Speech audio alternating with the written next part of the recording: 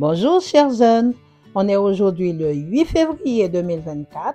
Notre méditation quotidienne est tirée du livre Décide-toi aujourd'hui, découvre les projets de Dieu pour ta vie, écrit par Sergio V. Colin.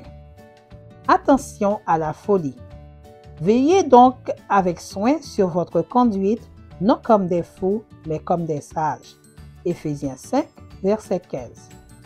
Dans les pays hispanophones, on célèbre le 28 décembre, le jour des Saints Innocents, équivalent du poisson d'avril que l'on fête le 1er avril aux États-Unis et en Europe.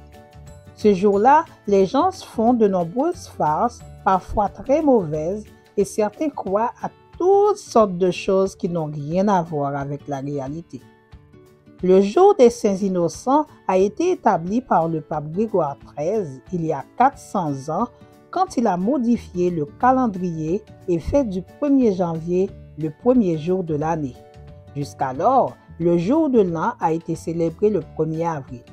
Malgré ce changement, certaines personnes ont continué à fêter le 1er avril et on a commencé à les appeler les fous d'avril.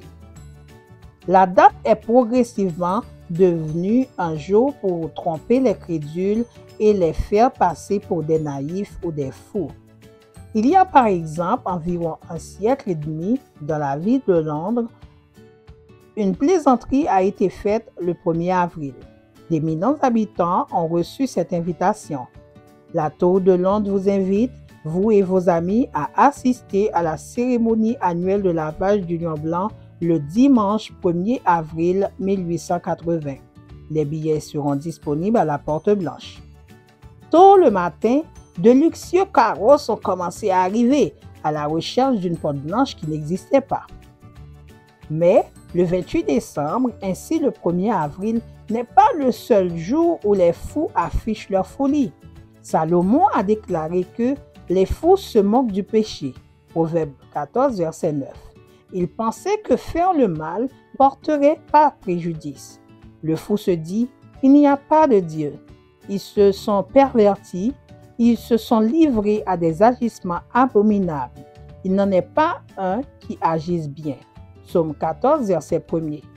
Les fous jouent avec l'ennemi en pensant que leur sagesse les mettra à l'abri du danger, jusqu'à ce qu'ils tombent dans le piège, mais les jeunes gens sont sur leur garde car ils savent que Satan tend des pièges à chaque instant et pas seulement le jour du poisson d'avril.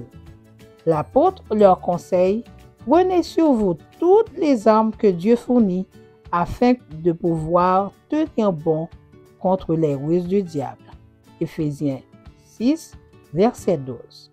Bonne journée, chers jeunes, et à bientôt.